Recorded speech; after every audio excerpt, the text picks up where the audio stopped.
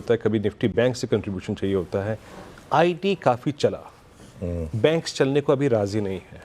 But meanwhile आप देखिए mid caps क्या मूव जनरेट कर रहे हैं। मिड कैप इंडेक्स अगेन एक ऑल टाइम हाई पे है। अब जो हम बातचीत कर रहे हैं उसमें एक इक्विटी निवेशक के लिए, चाहे वो कैश मार्केट में मार्केट को अप्रोच करता है उसके लिए विकल्प है, और चाहे वो म्यूचुअल फंड्स के थ्रू। मिड कैप्स को कैसे अप्रोच करना चाहिए और ये इंडेक्स क्या मैसेज दे रहा है? वीरू, मिड कैप में मोमेंटम इतना शानदार है और इसका एक कारण ये भी है कि अभी भी लोग मिड कैप में एक बड़ी करेक्शन की एक्सपेक्टेशन कर रहे हैं।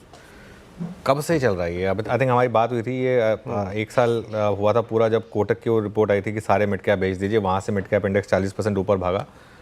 यहाँ पर ना इस समय मिड कैप में जो हो रहा है वो लोगों को समझने की ज़रूरत है। दो चीज़ें हो रही हैं मिड कैप में। एक तो इंटरेस्ट रेट के कम होने का इशू है, तो उसकी वजह से रेट सेंसिटिव में रैली होती है।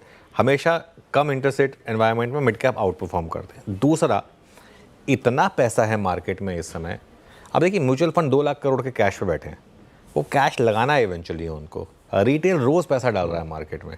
आप जितना मर्जी उनको बोल दीजिए कि मिड कैप में रिस्क है, स्मॉल कैप में रिस्क है, रिस्क तो हर मार्केट में, लेकिन क्लियरली स्क्रीन पर कहीं भी वीकनेस नहीं है मिड कैप और स्मॉल कैप में।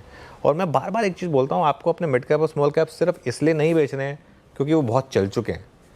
इसलिए बेचें कि अगर आपको लगे कि थीसिस पूरा हो रहा है या फिर अब थोड़ा प्रॉफिट आपको बुक करना चाहिए इसके लिए।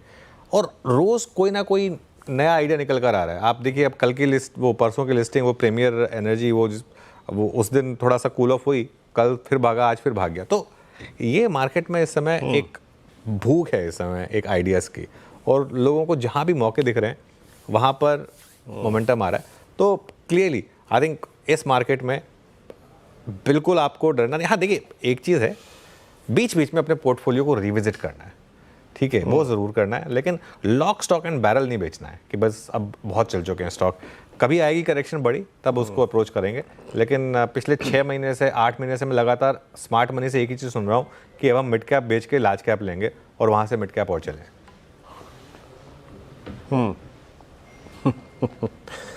जी हाँ, मिड कैप वहाँ से और चले। और एट 59481 आपके स्क्रीन पे जो मिड कैप इंडेक्स का लेवल है अपने करियर हाई पे ट्रेड करता हुआ। अब यहाँ से काम करते हैं, आपको 4 का चौका का आज का क्रम समझाते हैं। 4 ट्रेड्स कौन कौन से आएंगे। आशीष बहती जी सस्ता ऑप्शन आज पिक करेंगे, और उसके बाद आज FNO सुपरस्टार शिवांगी पिक करेंगे। 4 के चमत्कार अमित सेठ जी के सौजन्य से आएगा, और साथ ही साथ mid cap fund Amardev Singh ji जो हमारे साथ आज फंडामेंटल विशेषज्ञ हैं वो आज पिक करेंगे आज का mid cap fund. Index trace होके निफ्टी 25,210 पे आ चुका है। निफ्टी बैंक अब वो 51,500 की ट्रेजेक्ट्री को सरेंडर करके बैकफुट पे आ चुका है। और जहां तक निफ्टी IT का सवाल है, जो कि एक अच्छी खासी ग्रीन ट्रेजेक्ट्री में उखड़ा था, बैकफुट पे आ चुका है, कंप्लीटली बैकफुट पे। अब कल की कैंडल में ऑलमोस्ट एंटर कर चुका है निफ्टी IT। 1-2 स्टॉक्स मार्क कर देता हूँ क्योंकि उसके बाद चलेंगे 4 का चौका पिक करने के लिए। आज फार्मा में अच्छी स्ट्रेंथ नजर आ रही है, और आपकी स्क्रीन पे जो मैंने कुछ देर पहले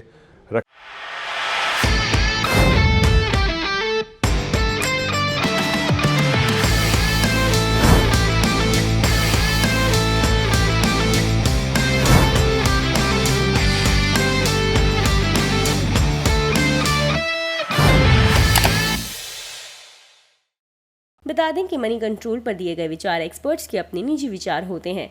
वेबसाइट या मैनेजमेंट इसके लिए उत्तरदायी नहीं है।